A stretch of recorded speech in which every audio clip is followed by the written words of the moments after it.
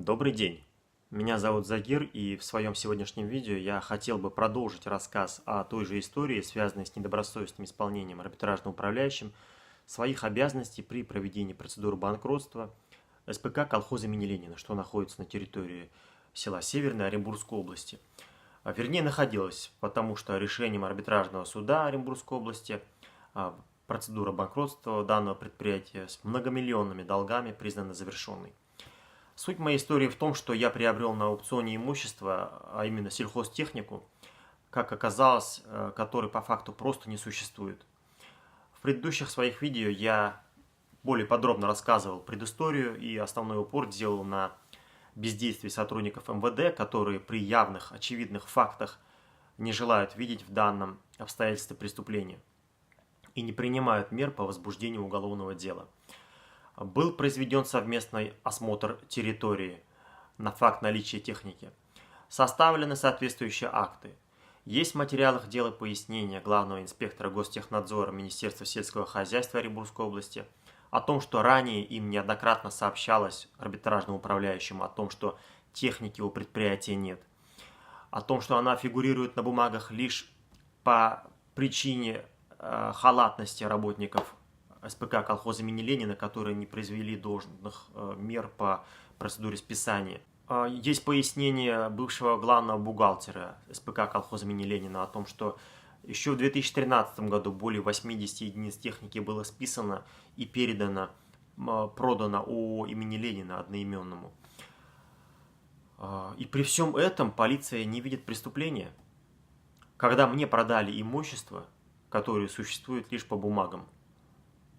И деньги, перечисленные мной, как полагается, на счет предприятия должника по итогам аукциона, по всей видимости, арбитражный управляющий получил за свой тяжелый труд в качестве вознаграждения. На сегодняшний день МВД уже 5 раз выносило постановление об отказе возбуждения уголовного дела. И все 5 раз они были отменены на основании моих заявлений и писем.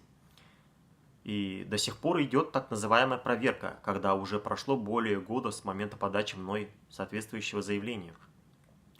Значит, второй линией защиты моих прав и интересов был иск в арбитражный суд Оренбургской области. Иск был направлен еще в декабре 2017 года, и вот 7 июня 2018 года суд завершился спустя полгода. Мои исковые требования заключались в признании торгов недействительными, в признании договора купли-продажи, заключенного по итогам торгов недействительным, о взыскании убытков с арбитражного управляющего и взыскании суммы упущенной выгоды. Мной были подробно описаны все нарушения, допущенные арбитражным управляющим при проведении процедуры аукциона. Было приложено решение арбитражного суда о привлечении управляющего к ответственности за нарушения, допущенные при проведении конкретно данного аукциона. Были приложены материалы дела МВД, отражающие факт отсутствия имущества. Однако затянувшаяся процедура суда, сопровождающаяся бесконечными откладываниями, переносами и перерывами, ни к чему не привела. Суд отказал в моих исковых требованиях в полном объеме.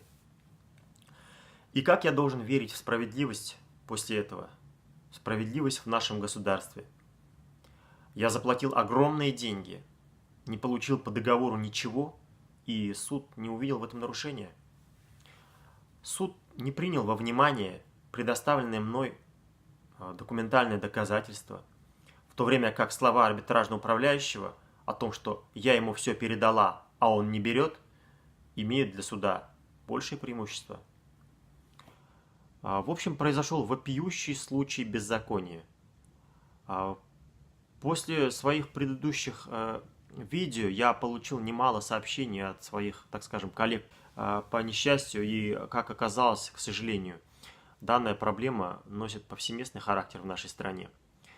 Несмотря на то, что деятельность арбитражных управляющих при проведении процедур банкротства, казалось бы, регламентирована законом, по факту этот закон не соблюдается, и можно столкнуться с подобными неприятностями абсолютно в любом регионе нашей страны. Что я хочу сказать, что я, тем не менее, не собираюсь сдаваться и намерен идти за справедливостью до конца. И я буду бесконечно рад в любым вашим комментариям и советам относительно сложившейся ситуации.